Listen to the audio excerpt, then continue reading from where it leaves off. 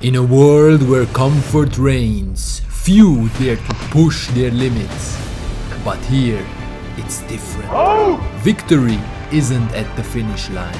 It's in every step, every failure, every time you rise again. Welcome to the Spartan Race. Here we are, a group of friends who thought it'd be a brilliant idea to step out of our comfort zones and let an obstacle course test our strength and sanity. But this isn't your average kiddie obstacle course. Oh no, this is the kind where adults can let loose and play. If by play you mean getting covered in mud and questioning life choices, how cool is that? We started with big dreams of facing the challenge as a united team. That lasted about 10 minutes, maybe less. It didn't take long before we split into 3 distinct groups. 2 people sprinting like their lives depended on it, 3 in the middle, and 2 taking their time to really savor the race. Then there was that guy, part of our unofficial vanguard. He spent the whole pre-race chat saying he wasn't sure he'd make it through. Next thing I know, he's gone. Disappeared so fast I didn't even see him leave. The entire race I was left wondering, did he give up at the starting line? Or did he transform into some kind of rabid Spartan flying over obstacles at warp speed? The first obstacle? It's not the mud, the ropes or the walls. No, it's just showing up. It's making that bold first decision to drag yourself out of bed, leave your cozy couch and willingly throw yourself into a world of pain. You know, the moment where you cross the line from comfort to chaos, and once you're in, well, there's no turning back. I mean, technically there is turning back. No one's holding you hostage. You could absolutely just back down, grab a snack and watch everyone else suffer. But where's the glory in that? Of course, I wanted to document the race like a pro, so naturally I brought my phone with me. Because what's better than scaling muddy hills and crawling under barbed wire with a fragile piece of technology in your hand because I had no pockets? It's definitely up there on the list of things I'd highly recommend avoiding. Well, anyway, the race had around 26 obstacles, 500 meters of elevation gain and was officially 10 kilometers long. Although rumors floated around that it was actually 13 kilometers, you know, just to mess with us. The race kicked off in the heart of the city, and before we knew it, we were out in the fields, faced with the joy of climbing what felt like a mini mountain.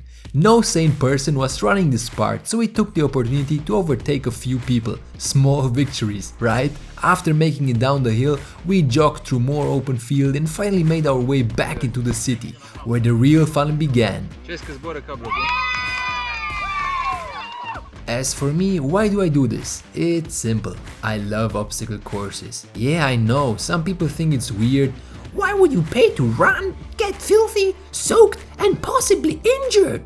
Well, why not? For me, it's all about doing those crazy movements you never get to do in regular life, like crawling under stuff or climbing over things like a monkey that forgot how to be a monkey. Plus, it's an awesome thing to do with friends. Imagine going away for a weekend with your buddies, living together, maybe cooking something, or at least attempting to, then absolutely destroying your bodies together in a race. Afterward, you've got endless stories to laugh about, the slips, the face plants and the general chaos. It's not just about the race, it's about tackling something ridiculous as a group and coming out the other side like you've just survived some kind of epic muddy battle. Honestly, taking on challenges together is probably coded deep in our DNA, or at least that's what I tell myself when I'm neck deep in mud wondering where it all went wrong. Some of these obstacles can be really tricky. And let's be honest, being tall with long arms is like having a cheat code. Shout out to all the shorter folks out there. Deepest respect, you're the real MVPs. In this race though, you only get one shot at an obstacle, which is neither fair nor particularly entertaining if you ask me. It's like, hey, wanna fail spectacularly and have everyone watch? Cool, now go do 30 burpees as punishment. And if you're lucky, they throw in the option for punish laps, because clearly, what's more fun than running in circus while questioning your life choices? Here's an interesting phenomenon. At one point during the race, we are served raisins and dried plums. Nice, right? Except About 100 meters after that station, a bunch of people started getting calf cramps. Naturally, I connected the dots. Dried fruit, instant cramp attack. I pointed it out after the race, but apparently nobody else saw the genius in my theory. They just laughed and told me I was nuts. So, like a responsible scientist, I looked it up and surprise! There's absolutely zero evidence that dried fruit causes cramps. So yeah, sometimes when everyone's telling you you're wrong, you actually might be. Crazy, I know. But between you and me, I still think those raisins were plotting something. Leaving the dried fruit conspiracy behind for now, let's talk about one of the final obstacles, and trust me, it's epic. Go, you can do it. Let's go, let's go, let's go.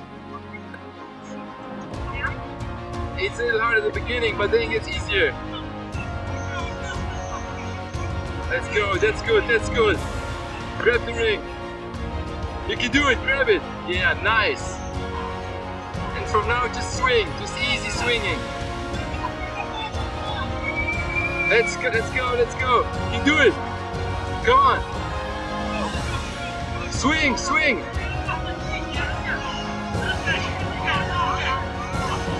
Yeah, that's it, that's it. And now grab it. That's it. Woo! And use the swing. That's it. Use the swing. And now next one. That's it. Let's go. Let's go. Come on, come on. And go, go. No, no, no, no. No. Then it's my turn. Everything's going great until out of nowhere I start spinning like a rogue Beyblade. For a solid 5 seconds I had absolutely no idea how to stop. But hey, somehow in the middle of my unintentional breakdance routine, ring! Mission accomplished. Style points, debatable. And just like that, we did it. Muddy hills, questionable decision making, and a few personal moments of why am I doing this? We survived! We ran, we climbed, we crawled, and we may have spun like Beyblades at one point, but hey, that's part of the charm. Sure, we're covered in dirt, possibly missing a few brain cells, and I'm about 90% sure I never look at racings the same way again, but we made it! So what's next for us?